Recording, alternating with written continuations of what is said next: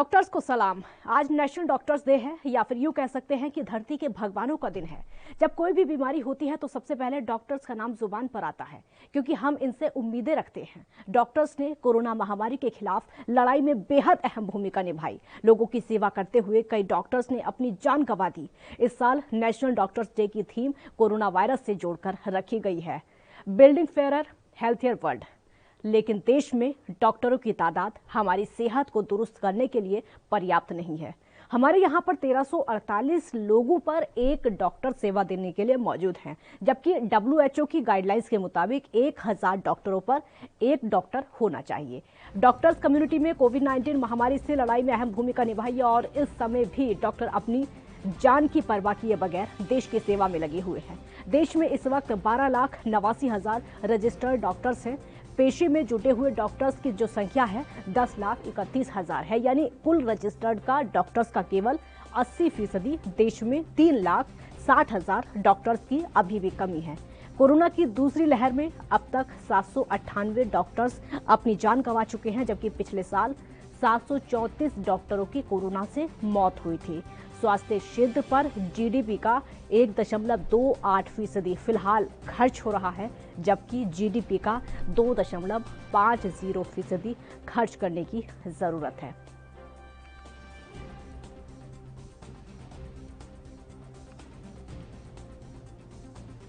तो आज डॉक्टर्स को पूरा देश दिल से शुक्रिया कह रहा है। आज पूरा देश डॉक्टर्स को सलाम कर रहा है। दो डॉक्टर्स इस समय हमारे साथ जुड़ चुके हैं। डॉक्टर अनूप कुमार हमारे साथ जुड़ गए हैं। डॉक्टर, बहुत बहुत स्वागत है आपका। और हमारे साथ डॉक्टर KS खोकर भी हमारे साथ जुड़ चुके हैं। आपका भी बहुत बहुत स्वागत है। और आज डॉक्टर्स डे है, क्योंकि जाहिर सी बात है आप दोनों डॉक्टर्स को बहुत बहुत बधाई। सबसे पहले तो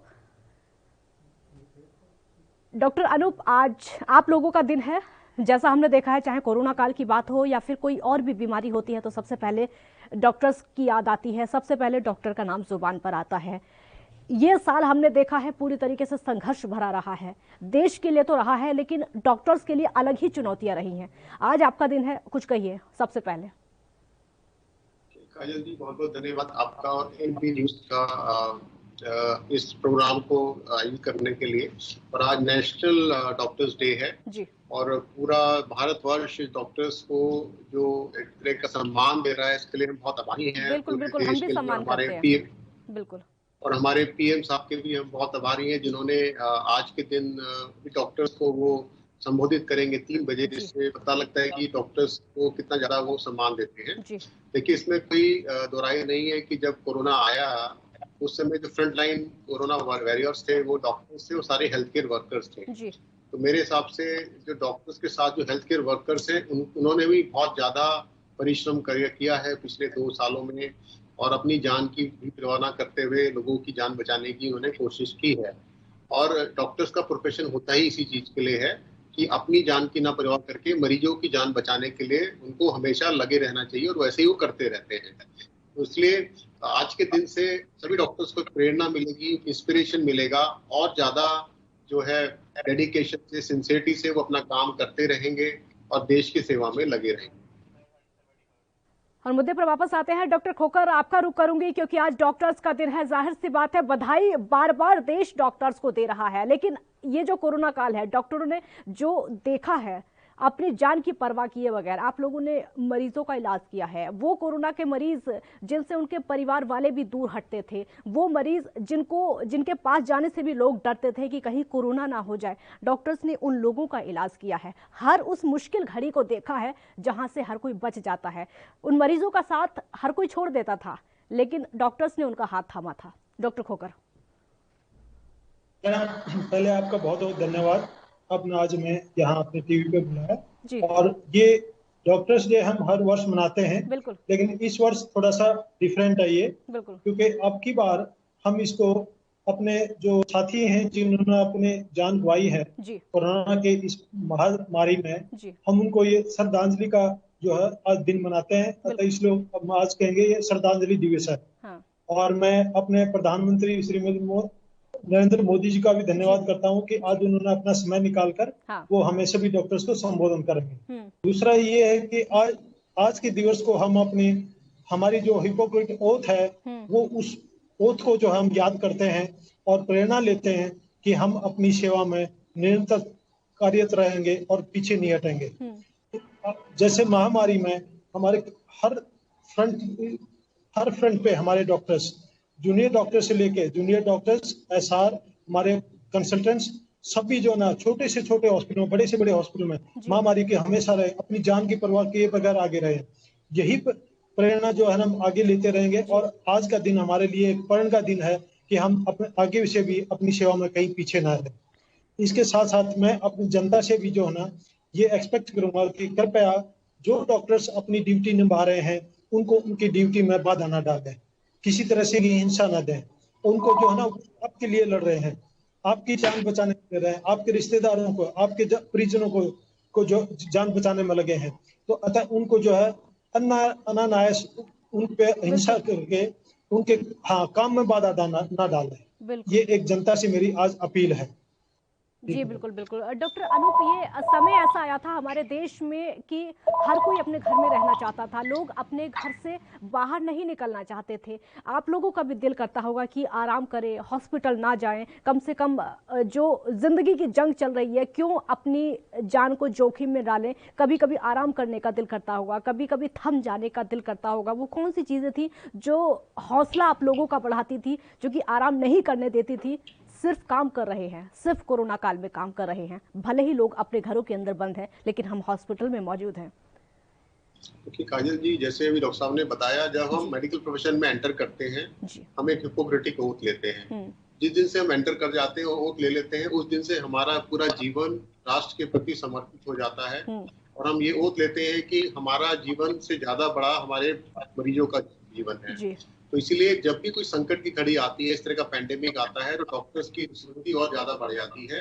अपने परिवार का, अपने दोस्तों का ना ख्याल रखते हुए पूरे देश का ख्याल रखना उनकी जिम्मेदारी बन जाती है। तो इसलिए हमारे जितने भी डॉक्टर्स की जो हमारे कम्युनिटी है, सभी का एक ही इसमें उद्देश्य रहा है पूरे 2 साल से जब से पैंडेमिक चल रहा है, कि अपनी ना परवाह करें, अपने परिवार की परवाह ना करें, लेकिन जो सामने सोसाइटी है उसकी परवाह करनी है।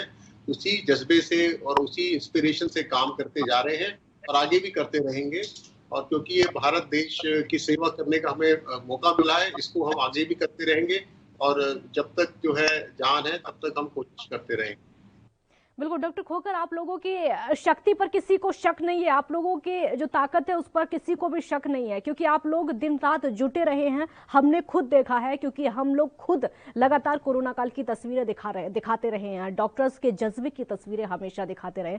कभी भी एक बार को ऐसा नहीं लगा कि रुक जाना चाहिए? Madam, medical profession is a profession of responsibility, this a profession of mission, this a profession of service. जब भी हम काम करते हैं we always take duty as first. हम अपने प्रोफेशनल ड्यूटी को फर्स्ट लेते हैं। All others, whether it is our life, our family और other things, they are on the second credit. हमारा फर्स्ट जो अपना होता है वो है कर्तव्य निष्ठा, ड्यूटी टू आवर प्रोफेशन। इस ड्यूटी को ध्यान रखते हुए सभी डॉक्टर्स वो जो ना कभी भी किसी भी फ्रंट से वो पीछे नहीं हटते हैं। वो ड्यूटी 24 घंटे भी होती है, 36 घंटे भी होती है। महामारी को छोड़िए, अदरवाइज भी हमारे जो जूनियर डॉक्टर्स होते हैं मैडम, वो 36 घंटे लगातार ड्यूटी करते हैं। और यही आपने देखा होगा, पीपीई किट पहन के काम करना कितना मुश्किल है। सिर से लेके पैर तक पसीना, जूतों में जो है पसीना बह जाता है, लेकिन किसी पसीना की या किसी तरह की पीड़ा की, किसी तरह की सेहत की चिंता किए बगैर डॉक्टर्स जो है ना वो सिर्फ एक ही धुन में लगे होते हैं। एक ही उनका मिशन होता है, किसी तरह से जिस पेशेंट को हम हाथ लगा रहे हैं उसकी जान बच जाए। बस यही उनका एक लक्ष्य होता है जो उनको हमेशा तैयार रखता है। डॉक्टर अनूप, कौन कौन सी वो परेशानियां आपके सामने आती रही हैं अब तक या फिर आई हैं? क्योंकि सबको लगता यह है कि सबसे चुनौतियों भरा जो साल रहा है वो ये पिछला 1 साल रहा है। जितनी चुनौतियां इस साल में रही है शायद ही पहले कभी रही हो। हालांकि डॉक्टर्स के लिए चुनौतियां हर दिन होती हैं, कोई ना कोई मरीज ऐसा आता रहता है, हर दिन एक चैलेंज होता है कि हमें जान बचानी है। अगर एक जान भी बचानी है तो बहुत बड़ा काम हो जाता है, लेकिन लगता ऐसा है कि इस 1 साल में जो चुनौतियां आई हैं बहुत ज्यादा बड़ी हो गई थी। काजल जी, डॉक्टर के लिए सबसे बड़ी चुनौती वो होती है कि जब वो पूरी कोशिश करता है, 100% देता है, फिर भी मरीज की जान नहीं बचा पाता है। मतलब उससे ज्यादा उसके लिए दुखद पल कोई नहीं होता है। पूरी की टीम है, डॉक्टर्स के साथ पैरामेडिकल वर्कर्स हैं, दिन रात काम कर रहे हैं, आईसीयू में कोविड पेशेंट की सेवा में लगे हैं। लेकिन कई ऐसे पेशेंट अनफॉर्चुनेट होते हैं जिनकी डेथ हो जाती है और फिर डॉक्टर्स उनको बचा नहीं पाते। तो वो जो क्षण होता है उनकी जिंदगी का सबसे बुरा क्षण माना जाता है। और डॉक्टर जो है उस दिन इतना बुरा महसूस करते हैं और खाना पीना भी उनको करने का मन नहीं करता है। और सबसे अच्छा दिन वो माना जाता है उनके लिए जब उनकी कोशिश कामयाब हो जाती है और वो किसी की जान बचा लेते हैं। तो डॉक्टर्स का बिल्कुल एक ही मतलब मेंटेलिटी होता है कि जितने ज्यादा हम मरीजों को ठीक कर पाए, उनको घर भेज पाए, उनके परिवार वालों के पास भेज पाए, उतने ज्यादा वो खुश रहते हैं। लेकिन अगर कोई भी ऐसा फेलियर हो जाता है जिसमें हम पूरी कोशिश के बाद भी पेशेंट को नहीं बचा पाए, क्योंकि बीमारी सीवियर होती है, उस समय डॉक्टर अंदर मेंटली भी बहुत ज्यादा टूट जाता है। लेकिन उसको कितना दिखाता नहीं है, क्योंकि डॉक्टर को अपने आप को एक सौम्य और शांत इंसान की तरह दिखाना पड़ता है, बट अंदर से बहुत डिस्टर्ब रहता है। तो कई बार वो खाना पीना भी छोड़ देता है, इतना डिस्टर्ब हो जाता है। आपने सुना होगा उसने एक डॉक्टर से सुसाइड कर लिया। ये सब वातावरण में काम, क्योंकि वो बिल्कुल नए थे। लेकिन जैसे जैसे वो काम करते करते उनकी आदत पड़ती जाती है, डॉक्टर्स भी ये सबको जितना उनके ऊपर प्रेशर आता है उसको सोख लेते हैं और फिर उसी मैच्योरिटी से काम करते जाते हैं। डॉक्टर खोकर, मरीज कुछ ऐसे आते हैं जो कि जिंदगी और मौत की जंग लड़ रहे होते हैं। अगर उनकी जान बच जाती है तो उनके परिवार के लिए उससे बड़ा कुछ नहीं होता है। उस समय से बड़ी खुशी कोई होती ही नहीं है, वो उनके परिवार की खुशी होती है। एक डॉक्टर की खुशी उस समय क्या होती है? ऐसा है मैडम, जब एक नया डॉक्टर एमबीबीएस डिग्री लेके आता है इंटर्नशिप में, तो उस इंटर्न को हम एक ओरिएंटेशन प्रोग्राम देते हैं, जिस उस टाइम उसको सिखाते हैं। जिस तरह से एक सोल्जर को बॉर्डर पे फ्रंट पे लड़ना सिखाते हैं, इसी तरह से है इंटर्न को हम ओरिएंटेशन देते हैं कि you have to always take your duty first, patient first. और जब वो पेशेंट ठीक अगर होता है तो उसको इतनी खुशी होती है जितने उसके अपने परिवार के, अपनी परिजन के जो बचने की खुशी होती है। वो उस दिन समझता है कि आज तेरे जीवन सफल हो गया है, अगर ये तेरा पेशेंट बच गया है तो उससे बहुत बड़ी खुशी होती है। वो समझता है कि जितनी तूने मेहनत की थी 10 साल तक जो मेडिकल लाइन की पढ़ाई करके आज जो डॉक्टर बना है, आज अगर तेरा पेशेंट ठीक हो गया है तो समझता है कि yes today I am successful. ये एक हर डॉक्टर की होती है। जब पेशेंट पे इलाज कर रहे होते हैं डॉक्टर, वो हमेशा ऐसे समझते हैं जैसे आप फ्रंट पे एक सोल्जर लड़ाई में, और उसको जो है ना 24 घंटे, ये नहीं कि वो जिस टाइम उस बेड पे खड़ा है, बिल्कुल उसका हमेशा ये ध्यान रहता है अब ये पेशेंट को ये प्रॉब्लम हो रही थी, अब मैं इसकी ये फर्दर जांच करूं और ये मेडिसिन दूं, अब ये पेशेंट इतना सुधर हो गया और कल जो है ना पेशेंट ठीक हो जाएगा। और जिस दिन वो ठीक होता है तो डॉक्टर समझता है आज मेरा जीवन सफल हो गया है। और ये जो है ना उसको अपने शायद परिजन को भी ठीक होने से इतना खुशी नहीं होगी जितना कि उस पेशेंट के ठीक होने में होती है। इसको अपने जीवन की बहुत बड़ी सफलता मानता है। डॉक्टर अनूप, हमारे देश के जो छोटे छोटे बच्चे हैं वो छोटे छोटे ख्वाब उनकी आंखों में पलते हैं। कुछ बच्चे ऐसे होते हैं जो कि बड़े होकर डॉक्टर बनना चाहते हैं, और कुछ छात्र ऐसे भी हैं जो कि डॉक्टर बनने की पढ़ाई भी कर रहे हैं। इस समय वो पूरी मेहनत में लगे हुए हैं। कुछ छात्र ऐसे हैं उनका सपना होता है, उनका ख्वाब होता है कि हमें डॉक्टर बनना है, हमें देश की सेवा करनी है। हमारे देश में ऐसे लोग हैं। उन बच्चों के लिए, उन छात्रों के लिए क्या कहना चाहेंगे आप? मैं कई बच्चों से बात करता हूँ, वो मेरे पास आते हैं, मेरे से परामर्श लेते हैं जी। और जिन बच्चे आजकल जो हमारी युवा पीढ़ी है वही हमारे देश का भविष्य है। और कितने ही बच्चे कहते हैं कि मैं बड़ा होकर डॉक्टर बनना चाहता हूँ। मैं पूछता हूँ क्यों आप डॉक्टर बनना चाहते हैं, तो उनका एक ही जवाब होता है कि वो देश की सेवा करना चाहते हैं। वो देश के विभिन्न जो सोसाइटीज हैं, जो अंडर सर्व सोसाइटी, वहाँ जाके वो सेवा करना चाहते हैं, चाहे वो सब अर्बन एरिया है चाहे अर्बन एरिया है। जो लोग जहाँ पर स्वास्थ्य सुविधाएं पूरी तरह उपलब्ध नहीं है, वो वहाँ जाके स्वास्थ्य सुविधाएं मिलना चाहते हैं। तो जब छोटे बच्चों से सब हम सुनते हैं तो बड़ा अच्छा लगता है कि हमारे देश का भविष्य बहुत ही सुरक्षित हाथों में रहेगा। और मैं उनको बहुत ज्यादा प्रेरणा देने की कोशिश करता हूँ कि बिल्कुल आप सही डायरेक्शन में जा रहे हैं। क्योंकि अगर आपको देश की सेवा करना है, एक जैसे हमारे देश की जो फौज है, जिनकी आर्मी है, जिनकी हम बहुत ज्यादा कदर करते हैं, इसलिए डॉक्टर्स को भी एक प्रोफेशन है जिसमें हम चाहें तो कितनों की सेवा कर सकते हैं। और कई डॉक्टर्स जो हैं फ्री में इलाज कर रहे हैं, प्राइवेट में होते हुए भी जगह जगह वो चैरिटी हॉस्पिटल में काम करते हैं। तो ये सब एक माध्यम है जिसके जरिए आप देश की सेवा कर सकते हैं। तो जो बच्चे देख रहे हैं प्रोग्राम, जिन्होंने बच्चों के दिमाग में है कि वो आगे जाके डॉक्टर बनना चाहते हैं, मैं उनको सैल्यूट करता हूँ। आगे जाके आप जरूर डॉक्टर बनेंगे और देश की सेवा करेंगे, ये इसकी शुभकामनाएं आपको देता हूँ। डॉक्टर खोकर, आपसे भी मेरा ये सवाल होगा, क्योंकि आप खुद एक डॉक्टर हैं, भविष्य के डॉक्टरों को क्या कहना चाहेंगे? मैडम, अगर कोई स्टूडेंट मेडिकल प्रोफेशन में आना चाहता है तो उसके लिए 2 बेसिक रिक्वायरमेंट है। Number 1, persistent hard work. उसको हमेशा जीवन में ये ना सोचे कि मैंने पढ़ाई के बाद, पढ़ने के बाद भी जो वो प्रोफेशन में है फिर भी उसको मेहनत करनी पड़ेगी, जिस तरह से आज आप देख रहे हैं। ये महामारी आती है, अभी आई, आगे भी आ सकती है, अदरवाइज भी उसको 24 घंटे हमेशा मेहनत करनी पड़ेगी, ये उसके दिमाग में रहना चाहिए। दूसरा है मिशनरी जील। अगर उसके अंदर सेवा भावना है, अगर वो सेवा भावना से प्रेरित है तो ही वो इस प्रोफेशन में आना उसका उचित है, क्योंकि इसमें हमेशा आपको सेवा करना पड़ेगा। ऐसा नहीं है कि आप कुछ दिन के बाद ऑफिसर बन जाएंगे या आप जो है ये आपके पास कोई पावर आ जाएगी। डॉक्टर के पास कभी कोई पावर नहीं होती। डॉक्टर तो एक सेवक है, वो पहले दिन भी सेवक है और आखिरी दिन भी सेवक है। अगर उसके अंदर सेवा भावना है, मिशनरी जील है, तो ही वो जो है अपने आप को इस प्रोफेशन में जस्टिफाइड समझ सकता है। तो मैं आने वाले बच्चों को, स्टूडेंट्स को ये कहूंगा कि आप ठीक है नीट का एग्जाम दें, मेडिकल प्रोफेशन में आए, लेकिन पहले अपने अंदर झांक कर ये देख ले क्या ये दोनों चीजें आपके अंदर हैं। क्या आप परसिस्टेंट हार्ड वर्क करने के लिए तैयार हैं? क्या आपके अंदर मिशनरी जील है, जीवन भर आप सेवा करने के लिए तैयार है? अगर ये दोनों हैं तो बिल्कुल बहुत अच्छा प्रोफेशन है ये। इसमें जो है ना आपको वाकई में आपकी जीवन की सफलता आपको महसूस हो गई कि हाँ यस मेरा जीवन सार्थक है, मैं जब दूसरे लोगों की पीड़ा दूर करूंगा, उनकी सेवा करूंगा, तो वाकई में आपको अनंत आनंद प्राप्त होगा।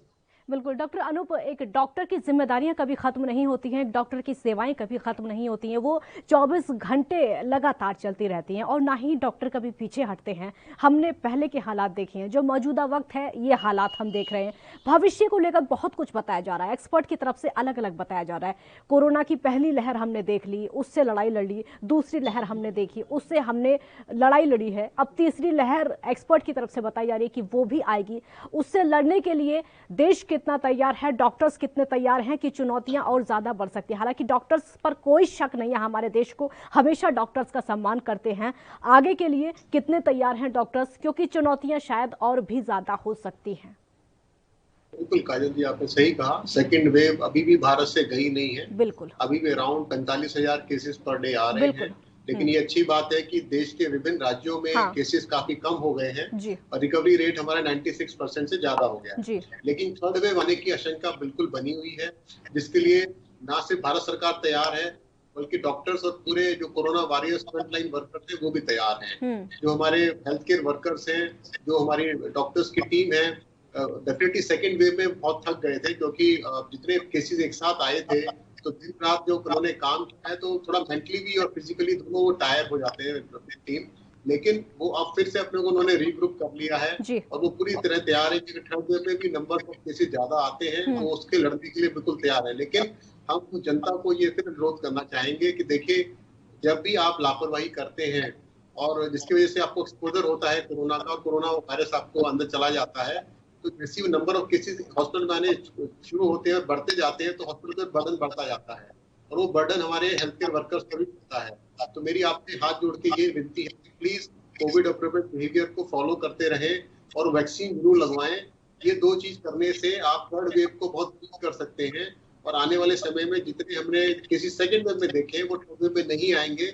इसको 100% रोक सकते हैं। यही मैं आपसे अपील करना चाहता हूँ, ताकि जो डॉक्टर्स हैं, जो हेल्थ केयर वर्कर्स हैं, उनके पर इतना बर्डन ना पड़े और जो सेवा वो अपने प्रदान कर रहे हैं वो सेवा उसी हिसाब से प्रदान करते रहें। बिल्कुल डॉक्टर खोकर, कुछ बीमारियां ऐसी होती हैं जो कि अपने आप हो जाती हैं, लेकिन ये जो कोरोना है ये एक ऐसी बीमारी है कि एक दूसरे से लोगों में फैलता है। इसके लिए घर में रहना बहुत ज़रूरी हो जाता है, सोशल डिस्टेंसिंग बहुत ज़्यादा ज़रूरी हो जाती है, मास्क लगाना बहुत ज़रूरी हो जाता है। अगर ये सब चलता रहे तो शायद उस तरीके से कोरोना नहीं फैल पाएगा और डॉक्टर्स की जो चुनौतियाँ हैं वो भी शायद कम हो पाएंगी। देशवासियों को क्या कहेंगे, क्योंकि आने वाला समय जो है शायद और भी ज्यादा चुनौतियां भरा हो सकता है, डॉक्टर्स के लिए भी, देशवासियों के लिए भी। ऐसा में हमें पिछली वेव का जो डाटा है जी वो हमें प्रेरणा देगा कि किस लेवल की हमें तैयारी करनी चाहिए जी। पिछले अगर हम देखें तो एक दिन में 4,80,000 से ज्यादा केस हुए थे और 4,000 से ज्यादा डेथ हुई थी। इस पैमाने को लेकर हम दो जो है सावधानियां ले सकते हैं। नंबर 1, जो भी कोरोना अप्रोप्रिएट बिहेवियर है, मास्क लगाना है, सोशल डिस्टेंसिंग है, हाथ धोने हैं, क्राउड में नहीं जाना है, बगैर जरूरी जब तक नहीं हो घर से बाहर नहीं निकलना है, बच्चों को भी बचा कर रखना है। ये तो सावधानियां हैं। दूसरा ये है कि वैक्सीन का अभी तक पूरी दुनिया में जो लगे हैं, अभी तक ये एविडेंस आया है कि अगर 50% पॉपुलेशन भी 2 डोज लगवा पाई तो कम से कम डेथ कम हो जाएंगी और सीरियस डिजीज नहीं होगी। पेशेंट जो है वो हॉस्पिटल में नहीं जाएंगे। हमारा जितना भी खर्च, जितनी भी ऊर्जा हमारी हॉस्पिटल में लगती है, ऑक्सीजन है, बेड्स हैं, आईसीयू बेड्स हैं, वेंटिलेटर्स हैं, डॉक्टर्स की वो उसमें हमारी बचत हो। अगर ये चाहते हैं हम कि हम उस लेवल पर डेथ नहीं जाने दें, उस लेवल पे पेशेंट्स के जो है ना पीड़ित ना होने दें, तो हमें ये दोनों चीजें जो है ना हमें पूरी तरह से सतर्क होकर ये करनी पड़ेगी। वैक्सीनेशन के लिए सेंट्रल लेवल पे, स्टेट लेवल पे और पब्लिक लेवल पे, तीनों पे ये होना चाहिए कि मैक्सिमम जो है वो वैक्सीन उपलब्ध करवाए जाएं और हर किसी नागरिक को जैसे अभी हमारे 18 साल से ऊपर है वो सब जाके वैक्सीन लगवाए। और 2 साल से 12 साल के बच्चों के लिए जो हमारे ट्रायल चल रहे हैं वो शीघ्र जो हो ट्रायल पूरा करके और वो वैक्सीन जो है उपलब्ध कराए जाए ताकि उन बच्चों को भी हम वैक्सीनेट कर सके। तो ये तो वैक्सीनेशन फ्रंट का है। और दूसरा अपना सावधानी है, अभी आपने देखा होगा दिल्ली में कल लक्ष्मी नगर में जो है बाजार हमें मार्केट बंद करनी पड़ी, क्योंकि हम जो है ना क्राउड में जो है ना जाना छोड़ते ही नहीं, हम समझते ही नहीं। घर से बाहर निकलना तो हम एकदम जो है ना यूं नहीं सोचते कि महामारी है, इतनी जो है हत्याएं हो चुकी, पर इतनी पहले जान गंवा चुके हैं, इतने ज्यादा लोग जो है पीड़ित हो चुके हैं, एकदम भूल जाते हैं और एकदम भीड़ में निकल पड़ते हैं। ना मास्क लगाना, ना कोई सोशल डिस्टेंसिंग रखना। तो एक तरह से ये जो ना हम अपने आप जो है थर्ड वेव को इनवाइट कर रहे हैं, बजाय कि हम उसको रोकें। हमारा जो बिहेवियर है जनता का वो उसको इनवाइट कर रही है। तो इसमें सरकार की बजाय जनता को जो है ज्यादा सावधान होना है, क्योंकि सरकार तो आपको वैक्सीन दे सकती है, आपका व्यवहार तो अपने हाथ में है। तो आप अपनी खुद सावधानियां बरतें, अपने आप पर खुद सेल्फ रिस्ट्रिक्शंस लगाएं, तभी जो है ना आप थर्ड वेव से अपने आप को बचा पाए। डॉक्टर अनूप, एक और सवाल है और ये सवाल ऐसा है जो कि लोग जानना चाहते हैं डॉक्टर्स के बारे में, और वो सवाल ये है कि आप लोग अपने परिवार को कैसे सुरक्षित रखते हैं, आप लोग उनको समय कैसे देते हैं, क्योंकि किस तरीके से रखा जाता है, क्योंकि कोरोना काल हमने देखा है कि किस तरीके से डॉक्टर्स कोरोना के शिकार हुए हैं, उन लोगों को खुद को बीमारी का शिकार होना पड़ा है, कैसे वो लोग परिवार से दूर रहते हैं, कैसे अपने घर वालों को सुरक्षित रखते हैं, क्योंकि एक डॉक्टर होने के नाते बहुत बड़ी जिम्मेदारी हो जाती है। हालांकि डॉक्टर के लिए फैमिली पूरा देश होता है, अपनी फैमिली समझकर ही पूरे देश का इलाज आप लोग कर रहे हैं, अपने परिवार के प्रति कैसे जिम्मेदारी निभाई जाती है खासकर कोरोना काल में? जी बिल्कुल काजल जी, एक बड़ा ही एक चैलेंजिंग टाइम है जिसमें जब हम घर जाते हैं तो हमें पता है कि हमारे जरिए कोरोना वायरस हमारे घर तक पहुंच सकता है। बिल्कुल बिल्कुल। हम हमेशा कोरोना पेशेंट्स के बीच में ही रहते हैं, लेकिन हम जितनी प्रिकॉशंस ले सकते हैं पूरी प्रिकॉशंस लेते हैं और अपने जो फैमिली मेंबर्स हैं उनको भी हम प्रिकॉशंस लेने के लिए बोलते हैं। वैक्सीनेशन भी हम अपने सारे फैमिली मेंबर्स का ऑफकोर्स करा चुके हैं, जो का अभी तक नहीं हुआ है।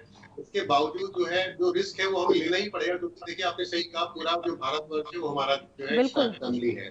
तो हमें उस फैमिली की चिंता रखनी है, अपनी फैमिली की भी चिंता रखनी है और बीच में एक बैलेंस बना के रखना है। बट ऐसा कई बार होता है कि डॉक्टर्स 24-48 घंटे तक घर नहीं जा पाते हैं, वो आईसीयूज में काम कर रहे हैं, वार्ड में काम कर रहे हैं, और जिसके लिए जो परिवार है उसको सपोर्ट करता है, मोरली भी सपोर्ट करता है, मेंटली भी सपोर्ट करता है। जब तक आपके फैमिली का सपोर्ट आपके साथ ना हो तो डॉक्टर इतने अच्छे काम नहीं कर सकते हैं। तो हर एक डॉक्टर की कामयाबी के पीछे उनकी जो अपनी फैमिली है उसका भी बड़ा हाथ होता है। डॉक्टर अनु, बहुत शुक्रिया आपका, और डॉक्टर खोकर आपका भी बहुत बहुत शुक्रिया हमारे साथ जुड़ने के लिए। एक बार फिर से आप दोनों को डॉक्टर्स डे की बधाई। तो डॉक्टर्स डे है, डॉक्टर्स को बधाई देने का दिन है, क्योंकि ये हमारे देश के वो लोग हैं जो कि मरीजों का इलाज करते हैं, जिनको धरती का भगवान भी कहा जाता है। बहुत शुक्रिया आपका। देखते रहिए ANB न्यूज़। नमस्कार।